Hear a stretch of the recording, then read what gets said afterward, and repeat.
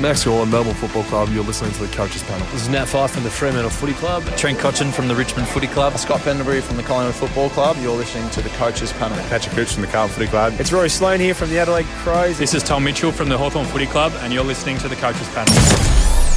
Hey friends, you got MJ from the Coaches Panel. I hope you're well and enjoying the 50 most relevant for 2022. It is crazy to think we are at number 15 and just over 2 weeks left of these player-by-player profiles, discussing who I think are the most relevant players. And man, there's still so much to come for you this preseason from the Coaches Panel. Touk Miller is the player we're discussing today.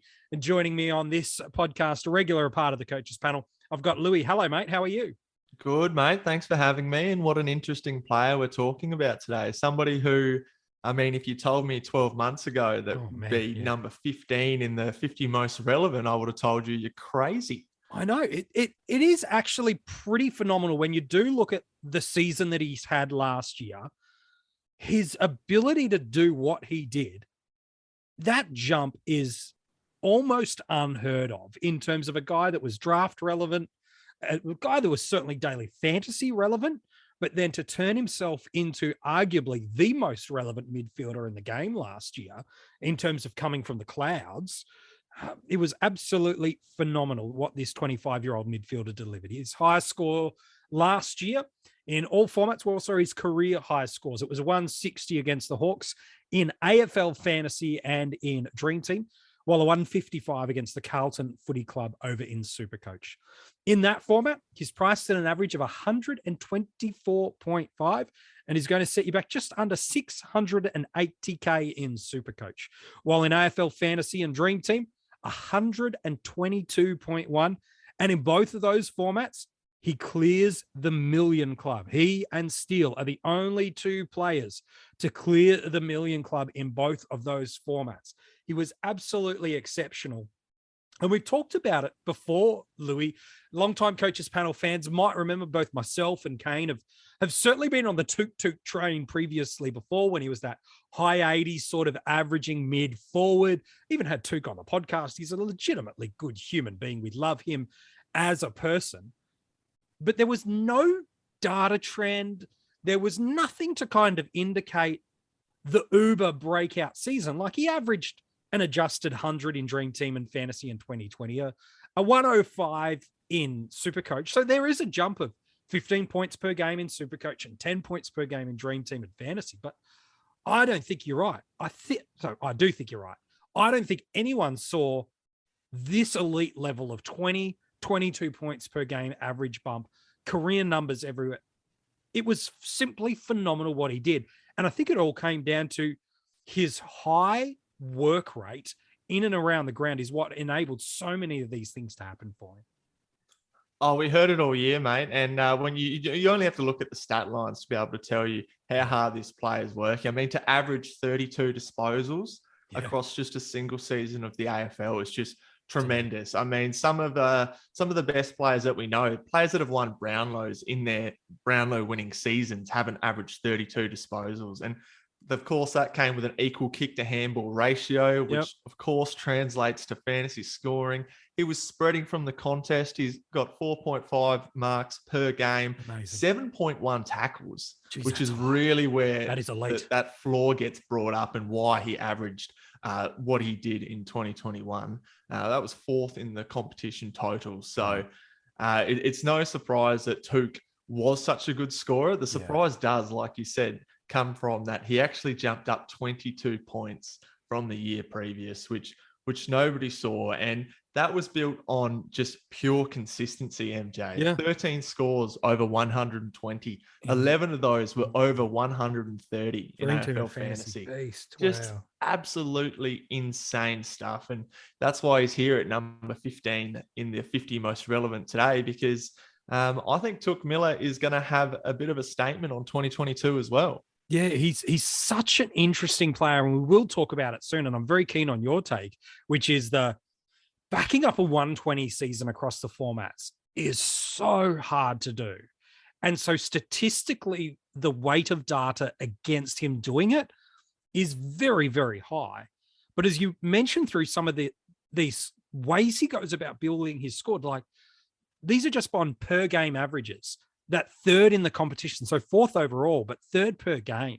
That shows you that defensive work rate. Fifth per game in disposals across the league. So that's the ability to get the ball. Fifth for effective disposals, meaning when he gets it, he doesn't waste it. Sixth for uncontested possessions. Now, boys and girls, it's how do you get uncontested possessions?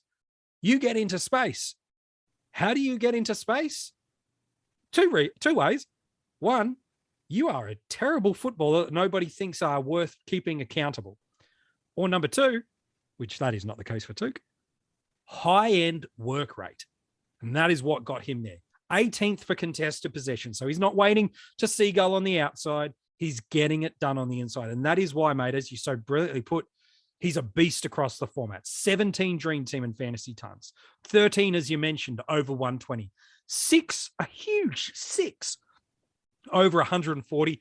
And in round one last year was his only bad score of the year in Dream Team and Fantasy that was under 80.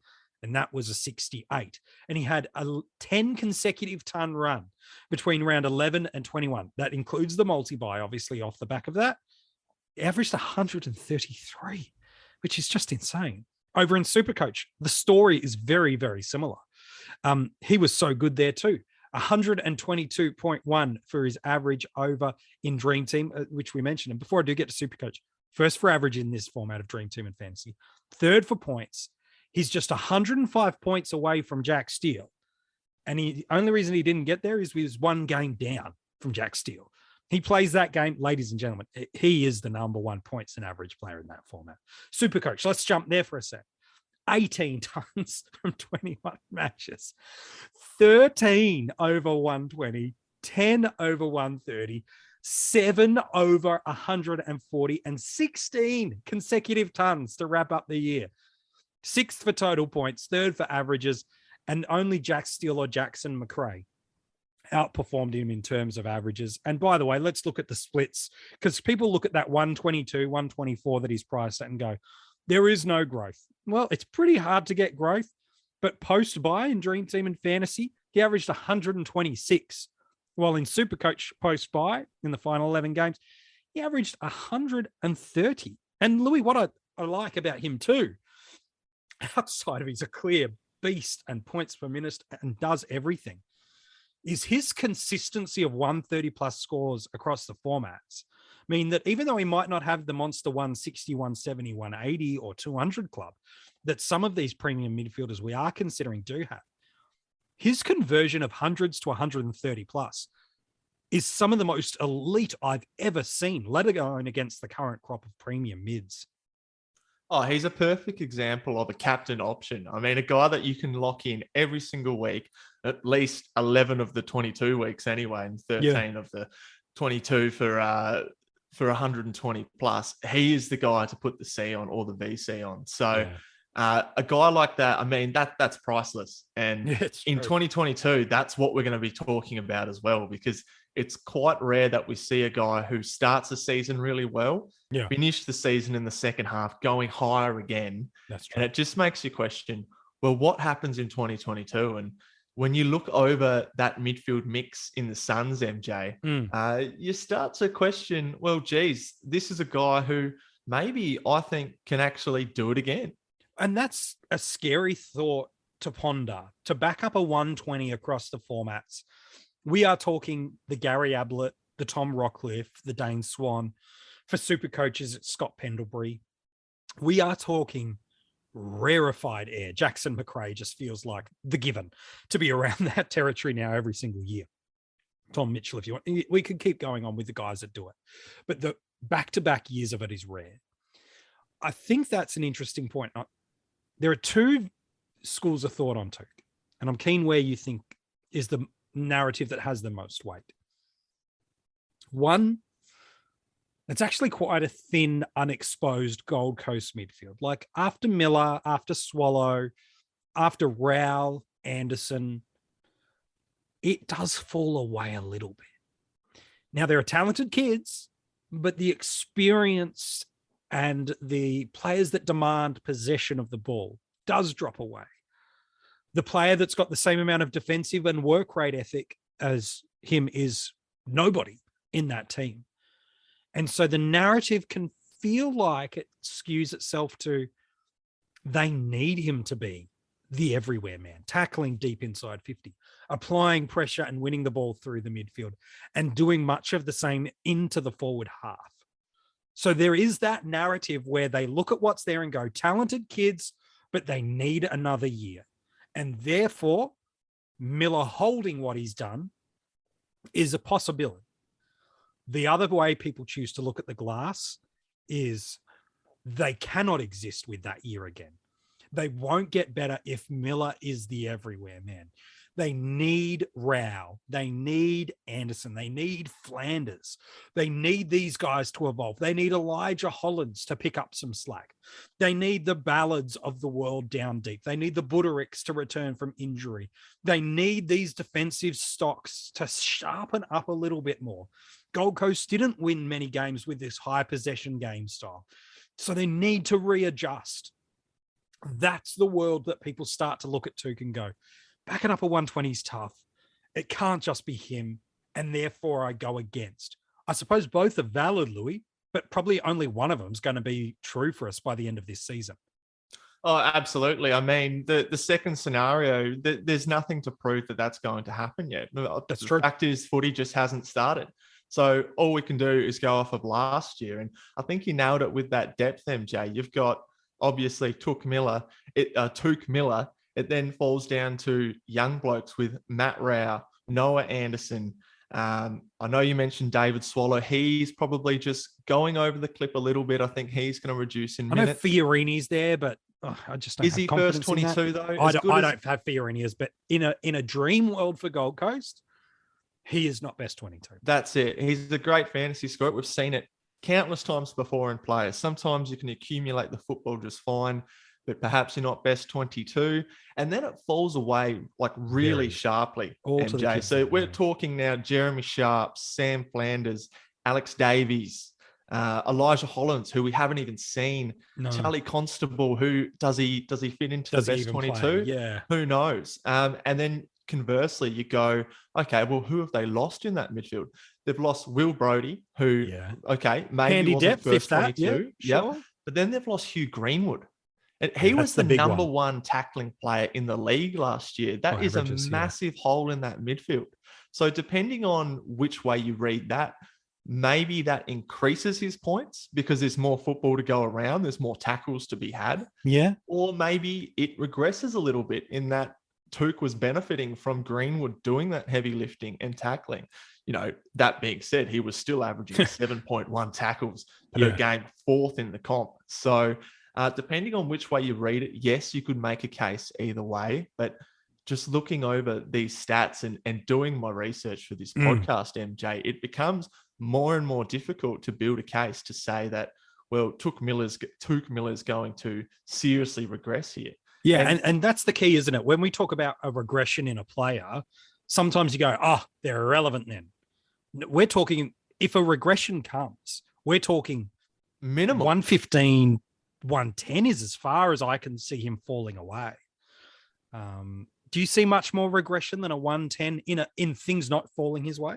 No, I think he'll be a top 8 midfielder. Yeah. What did he average? 122, MJ, was it? Yeah, for the year 122 in Dream Team and Fantasy, 124 in SuperCoach. So, look, I could see him maybe regressing to 116. Yeah, 5 to 10 at points a minimum is where it could be, yeah. To be honest, but, you know, time will tell. But for me, I think he's a bona fide top 8 midfielder, especially if his role and his just output from a football sense continues this way. I mean, I think he even made a little bit of a dent in the Brownlow, which has been rarefied air for Gold Coast players in years past. So I think they'll continue with that sort of play style, at least for the time being. But I'd be interested to hear your thoughts, MJ. I know you mentioned how Touk actually gets his ball. Yeah, well, I think that's the thing is when we're looking at a player about how they build their scoring, where is the area that they can grow or get stunted? But because he does so much of everything, and this is something Kane and I talked about in the preseason with our top 50 keeper ranks and the tierings that we did through there, is if you can win 20, 25 plus possessions And then your marks, tackles, goals can all kind of add up to 10 plus. That's when you're going to be that 110 plus midfielder. So for him to do that with 30 possessions and be closer to sort of 12 to 13 across his marks and tackles, let alone his goals, which is almost one every 2 games. It's very hard to see a drastic capitulation. I don't see that.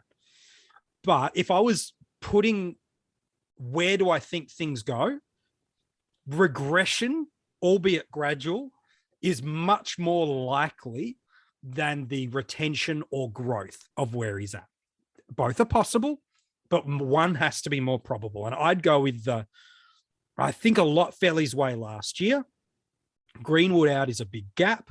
Rao, a fit Rao coming back is important. What is the development around him? So for me, I feel like I'm more likely not going to get burnt by choosing to go against him early and going for something safer like a McRae. Now, again, there's about 15% ownership on Touk in SuperCoach and just under 10% in AFL Fantasy. DreamTeam's not open just yet at time of recording. I look at those two things and go, I'm going to take him on, but I'm going to want to get him quick because at that price point, even if he does a 120 to start the year, he will regress a little bit due to the magic number and the way the averages roll through. But if he does average 115, 120 over the first 6 weeks, he won't drop that far away, Lewy. And by the end of the year, man, these big dogs that are so expensive, unless they have a poor start, good luck chasing them because the buy low, sell high component of fantasy completely goes out the window at that point. That's it. And history does suggest in 2021 that he is going to be a guy who consistently does that 120, 130. So as a starting pick, yes, okay, it might be something that you steer away from. And to be honest, with his ownership, I don't think he's going to be someone that hurts you too much. So 1 in 10 coaches is starting him. But then you have to go, okay, well, how many of those coaches are competitive year on year? I mean, I'm sure there's a plethora of coaches out there that went, oh, cool. Averaged 122 last year. He's the top player in the competition. I'll just pick him. I'll just put him in my team, set and forget, see you later. Yeah. So we're talking an even smaller percentage now. So I think because of that, it's not such a concern. He's someone that you can upgrade to and be extremely confident in sort of scoring those 120 plus scores, provided that you do see that early on in the season, of course. Yeah, I think in AFL Fantasy, I struggle to see a world in that format where you justify starting him because the room for growth is almost non-existent. He would need to go nearly a 130 to hold that price point. I really struggle to see that over the first 4 weeks for him, knowing that they've got the weekly price cycle. And then I look at guys that are in that 105 range and go, man, there's some guys 105 to 95 range even that could go the 125 over 4 weeks. Like, tell me a Jai Simpkin couldn't match him for 4 weeks. Tell me an Andrew Brayshaw couldn't match him for 4 weeks. Matt Crouch, who we spoke about yesterday, even just 4 Kelly? weeks. Yeah, Josh. Well, I couldn't. All right, fine. Yes, Josh Kelly. I was trying to avoid saying him so that it wasn't confirmation bias. But that in that format for me, I just can't see it. At least we're Dream Team and SuperCoach where you go, I've got him. I don't have to worry about chasing him. And he's going to be around the mark. I'm overpaying, but once I've got him, I own him and the price doesn't matter. So in those formats, I get it a little more, but in AFL Fantasy, where every dollar matters, and probably barring 1 or 2 selections, every player you have, you're needing to get cash increases out of. I just can't value him as a starting squad. But the other formats, I at least see why you're keen on him. For me, he's an upgrade, though, because I do think he slides back anywhere between 5 to 10 points per game, which, to your point, still makes him a top 8 midfielder safely. But if I can take 100K off what I got to pay for him to get, I'll happily do that. It's then the game is, can you capitalize him on his cheapest price? And that's the name of the game. So Lewy, then what do we do with him with drafts? because the first 5 or 6 picks of a draft in any year sometimes feel quite predictable. Whereas this year, I feel like you could almost justify about 5 or 6 different guys at that first pick. Where do you think he lands in that first round? Oh, look, he's fully deserved of obviously a first round pick, but we've seen the depth that we've got up forward, in defense to a lesser extent. And then obviously we've got the 2 rucks, and maybe you could extend that out to 3 if somebody's very bullish. But once you start looking at it, you go, well, hang on. I might be able to get Touk Miller late in the first round because, and we've spoken about this before, MJ, somehow he's just one of those guys. Jared Lyons is one. Yeah, good contrast. He's not a sexy pick. No. You know, you look at your Jackson McRae's, you look at your Clayton Olivers or Tom Mitchell, but I'm sort of more talking the guys that are a little bit a rung below, but you're more confident in using. So I think a Clayton Oliver probably is the best example of that. He's someone, name value, I'll take that. You might even see someone who's bullish on Sam Walsh go a little bit earlier. Yeah, So that's true. I can see him sliding late into the first round if you're in a draft like that, and you'll be a very, very happy coach. Oh, if someone said to me I'm at pick 7, 8, 9, somewhere in there of a 10-team league, and Touk just happens to glide to me, who again is the highest averaging player in Dream Team and fantasy last year. Oh, man, you're feeling like you've won the draft already, because by the numbers, he should be gone in those first couple of picks without question. But you're right. That is absolutely a world that can exist. Hey, Lewy, appreciate your work on this episode, buddy. No, thanks, mate. Love to do it.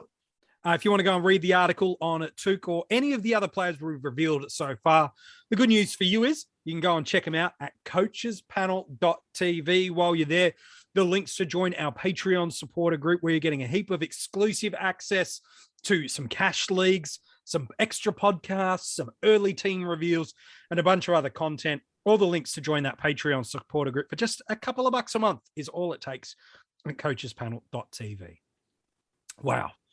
Tomorrow, the second last of the teams of the 50 most relevant. Number 14. There was a world for a long period of time. He was one of the safest 100+ players over the better part of his entire AFL career. But a lot's changed with this person over the past 18 months. Maybe it's positions, maybe it's clubs, maybe it's roles. Maybe it's all or none of them. But the reality is there's a lot more doubt about him in 2022 than there's certainly been almost ever since he debuted for us as a fantasy jet. Who is he? And can he reclaim his glory days once again? You'll find out tomorrow in the 50 Most Relevant.